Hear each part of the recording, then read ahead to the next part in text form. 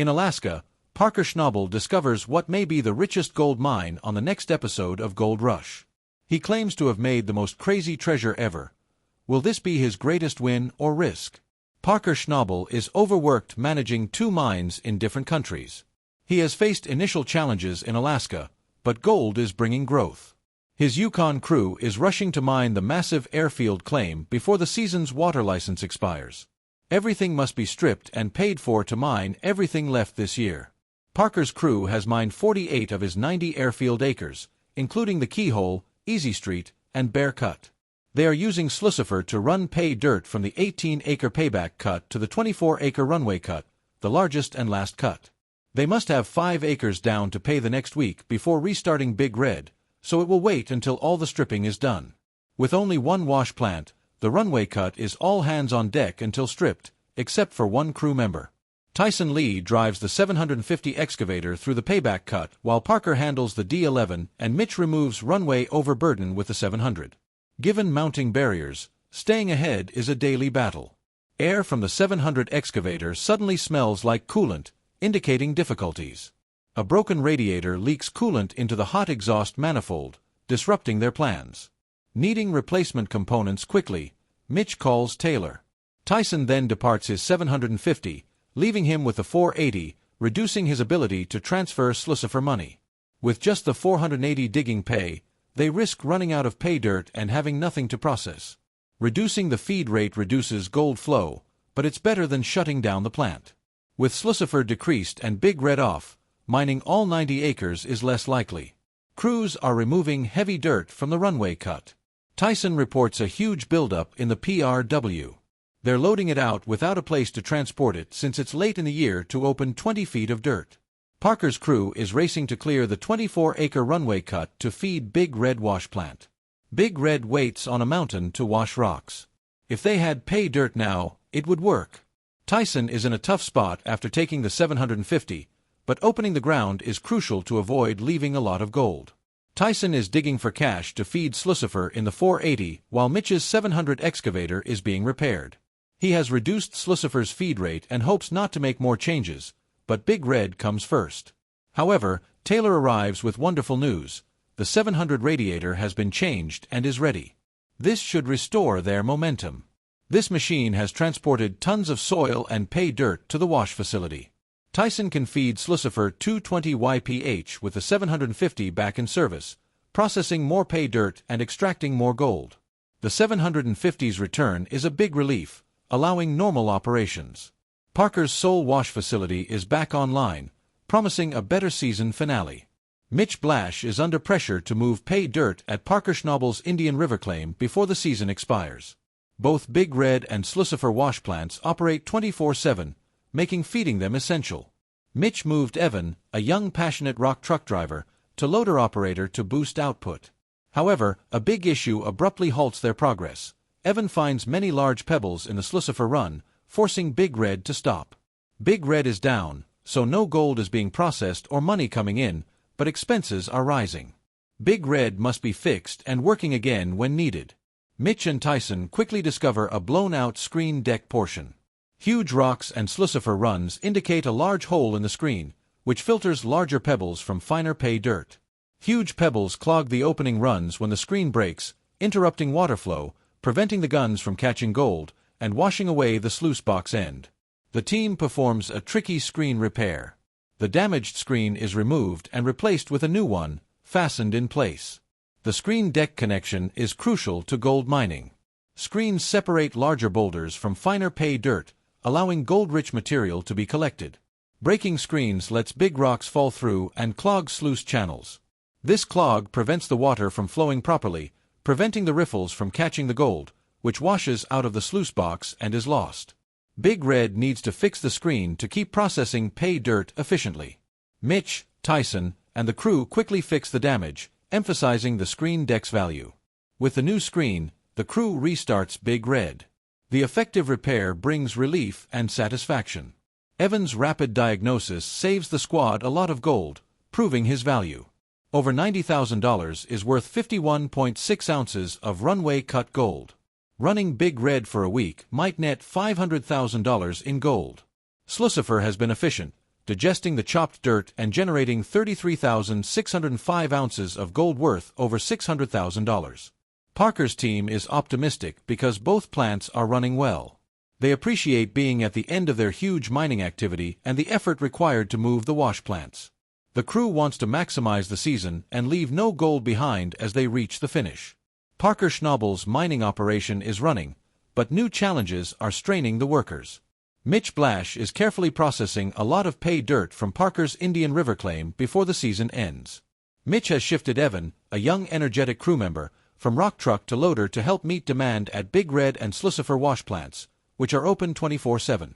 Despite these achievements, Parker adds a major task: establishing a new operation in Alaska's Yukon in 3 weeks. With both wash plants working well in the Bearcut and delivering over 1,800 ounces of gold, Parker's bold strategy and his team's dedication are pushing them to a record-breaking season. On the land, he points out piles of dirt that he feels could have the best gold content they've ever encountered. He points out a corner in the area that he has high hopes for, noting how all the dirt is piled up together. But why does he feel that way? Well, 20,000 years ago on Lower Duncan Creek, a glacier once pushed up a mound of rock and dirt known as a moraine to the edge of the cheap cut. Rick believes that this blockage has trapped gold all up against it over the centuries, all gold that has washed down from the motherlode. If his theory is right, he has stumbled across a buildup of gold that has been growing for ages. Rick gathers the dirt and rock from where he believes the glacier created the moraine and puts it in his panning bowl. His belief is that this could be the best gold they found all year, and with the price of gold only increasing, he would make some of the largest profit margins in recent memory. He carefully pans the dirt in the nearby water and determines that he needs to see at least 15 to 20 distinct colors in the pan to make the area a viable location. Extending the cut is a decision that could make or break his career at this point. You pull that big rock out of there. I did 2 of them, building Stonehenge here. When you start hitting those big boulders like that, you're in the right spot. The Ness crew at Duncan Creek is busy extending the cheap cut, trying to determine whether Rick's hunch is correct. Mark keeps adding to a stockpile of pay dirt that is meant to keep the wash plant running. They cannot afford to shut down. However, a problem arises when they lose water pressure over at the wash plant. This is extremely frustrating as it feels as though the team is being delayed and set back every single day, unable to catch up. The leak in the water pump is quickly spotted and tells them they have to shut down operations for the day until it is patched. All of this downtime is a huge red flag, so they decide against fixing the leak and instead replace the water pump entirely. Carl brings in the backup, and they hurry to install it with the help of a crane. The replacement won't start up, causing their hopes to come crashing down. Rick Ness needs to calculate whether his decision to extend the cheap cut will pay off. Before getting to the numbers, Rick makes small talk and eases the tension in the room. Part of being a leader is tending to one's subordinates, and that's something Rick doesn't forget. Finally, they get down to business, and Rick pulls out the scale. To reach their gold weight, Rick would need an ounce of gold per 100 yards from this extension of the cheap cut. They have run over 7,000 yards, and Rick needs at least 70 ounces from this venture. The gold is carefully poured onto the scale, and it measures well over 70 ounces, reaching 82.375 ounces. This means that Rick has mined $144,000 worth of gold from the cheap cut extension. His hunch, combined with his knowledge of the history and geography of Alaska, has paid off in a big way. This is Rick's biggest haul of the season. Everyone is left amazed as they have never seen such a good cleanup with their own eyes before. Rick reflects on how they never came anywhere close to this last year. It seems that his theory about the moraine was proven correct, and he found an amazing cache of gold. At this point, it's only numbers like that they need. They kind of got to keep going up. Yeah, and I know there's a lot more of it out here right on this property. A few more hauls like this, and their season will go very smoothly. It also eases concerns that their late start in the season would irrevocably destroy their chances of meeting their gold ounce goal. It's barely September, and the weather has turned colder, covering the land in snow and slowing down operations for the Ness crew. This is a warning that the end of the season is around the corner, despite everyone believing they should still be experiencing autumn weather. Rick is upset as he believes his wash plant, Rocky, should still be running at this time in the season. However, after helping him bring in his biggest gold haul of the season only a week ago, his wash plant, Rocky, has shut down unexpectedly. The weather will not allow for water to run through the machine without freezing and disrupting the equipment. This didn't stop the team, but the more they tried to push the wash plant, the slower it would go. The longer and longer lengths of time it takes to use the wash plant end up costing them more time and money than just shutting it off. Rick comes to the hard decision that Rocky is done for the year, and now all efforts have to be focused on their second wash plant, Monster Red. While Rick understands that striking out on his own is risky, he thought the rewards would be worth it. A lot of people doubted he would be able to survive on his own like that, but so far Rick has been able to prove them wrong. However, now with one wash plant down and the weather getting colder by the day, he is starting to have doubts. This is only his third season on his own after leaving the Klondike and finding the big gold in the mountains. Rick has invested $250,000 deposit to purchase his claims, but the end of the mining season is creeping up, and he still needs 550 ounces to reach his target of 2,000 ounces of gold. Over the walkie-talkies, Rick gets a message asking him to check out a situation the crew is having with water. Rick races down to a massive pond of water where his worker is meant to be smoothing out the area. He tells him that they are going to need to get a pump to remove the water and give them access to the pay dirt below. After digging for over 2 months, the Nest crew is 170 feet down in the Raleigh Valley. We finally got our hopper feeder in, and I paid off Troy his royalties for the year, so that feels really good. This valley is completely filled with water, making it impossible for their equipment to traverse.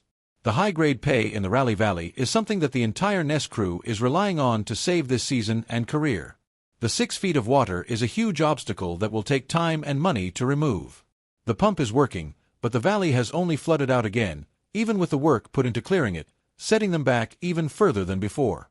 Rick's pump is only 6 inches and is no match against the estimated 6,000 gallons of groundwater currently flooding the valley. The water is leaking into the cut every moment. They realize that their plan is ineffectual and that the water pump doesn't work correctly either. Rick remembers that the Taylors have a 10-inch water pump sitting somewhere in their own equipment stash, and the only issue Rick can recall is that it has not been used for a couple of years. Their next step is to plumb up the hoses and place the equipment into position.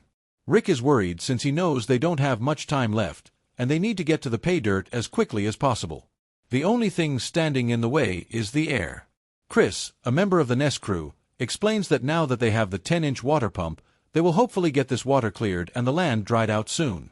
Rick managed to drill the hose into place and tells the crew to fire it up.